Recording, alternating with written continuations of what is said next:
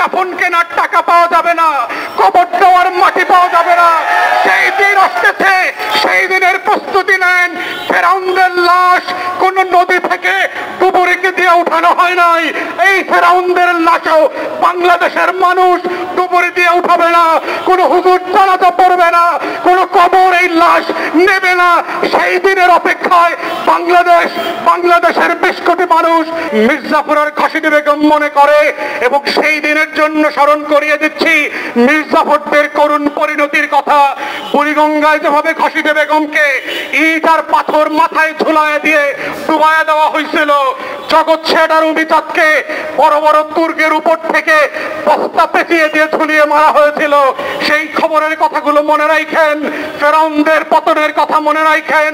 কেবলমাত্র ছাগল দিয়ে কয়েকটা বেনুজিয়ার আর মতিউরের চেহারা আসছে, মাছি আর মশা দিয়ে আল্লাহ তাআলা ফেরাউন আর নমরুদদের মারার ইতিহাস আছে।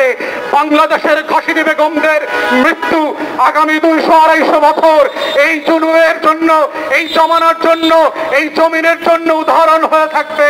তাই শ্রাদ্ধ আয়োজন করতে পারেন, কিন্তু মনে রাখবেন তা দিয়ে আপনার 2 পয়সার লাভ হবে না। গতকালকের এই শ্রাদ্ধের আয়োজনে আমরা দেখেছি পিছনের অর্ধেক সিট খালি পড়ে আছে। প্রধানমন্ত্রীর মিটিংয়েও কেউ যাবার প্রয়োজন মনে করে না।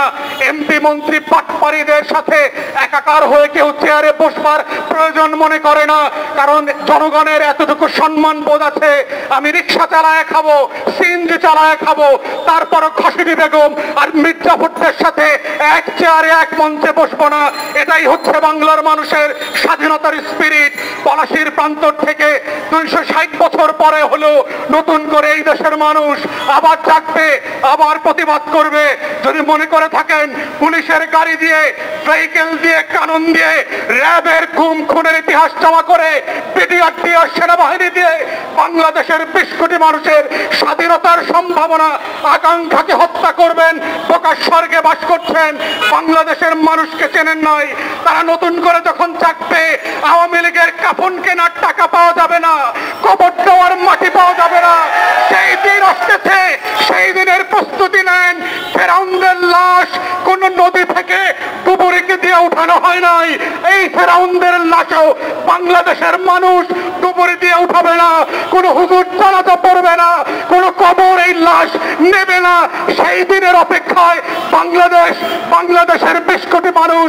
তাই আমরা মনে করিয়ে দিচ্ছি, যত শ্রাদ্ধ করেন, যত লুটপাট করেন, যত পদ্মা সেতু আর মেট্রো রেল বাঁচান, বাংলাদেশ মির্জাফরদেরকে আগেও ক্ষমা করে নাই, এখনো করবে না, ভবিষ্যতেও করবে না।